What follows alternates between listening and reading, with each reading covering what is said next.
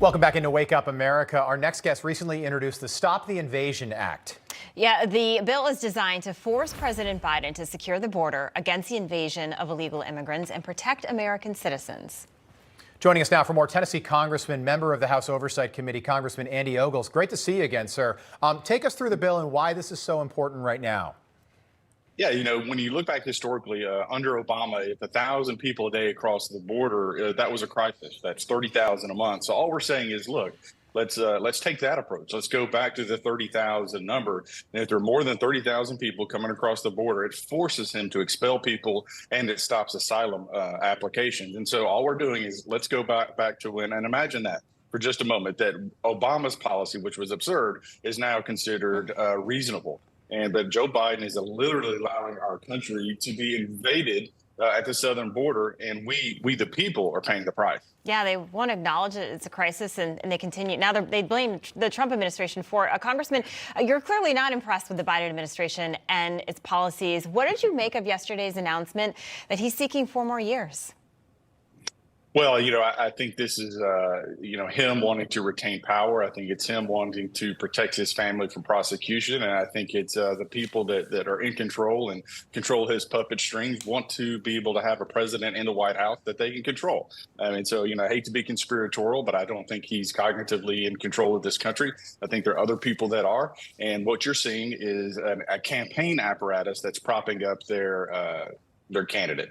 Yeah, I wanted to show you a New York Times headline. This is out just this morning. Joe Biden would end his second term at 86 years old. What could that mean for his brain and his body? And when I first saw this, I saw that's interesting that, these left-leaning media outlets, including MSNBC and CNN, are all now talking about his age. We've been talking about it for 2.5 years.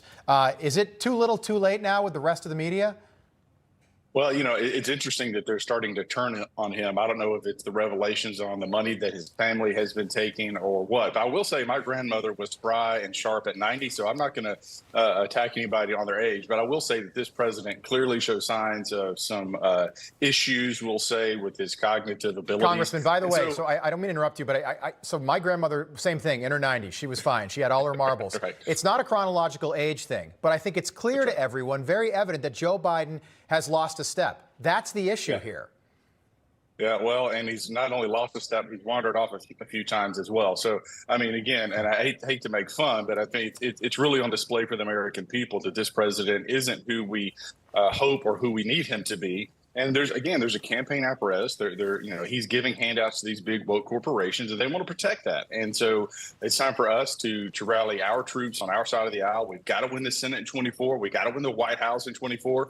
And look, every small town in America is now a border town because of fentanyl, because of drug trafficking, because of sex trafficking, and the crime is rampant across the country. Why? Because this inept president won't do the simple thing of securing our border. And then all we're asking, let's go back to the Obama policy, which was 1,000 people or less. And again, we're exceeding that day in, day out. Yeah, he didn't mention the border or crime in his campaign video. About 15 seconds, he says he's going to unify the country, or he said he was going to unify the country. But it really looks like he keeps calling out MAGA Republicans. It looks like he's trying to divide. Well, again, we have more division in this country since Obama took office than we've had in a very long time. This president has done nothing to unite this country. And instead of trying to fix the economy, he's spending more hard-earned money from taxpayers, and he's going to break us and make us subservient to China. Good point. Congressman Andy Ogles, we appreciate you being with us this morning. We'll do it again soon. Thank you. Thank you. All right, lots more coming up here on Wake Up America. Stay with us.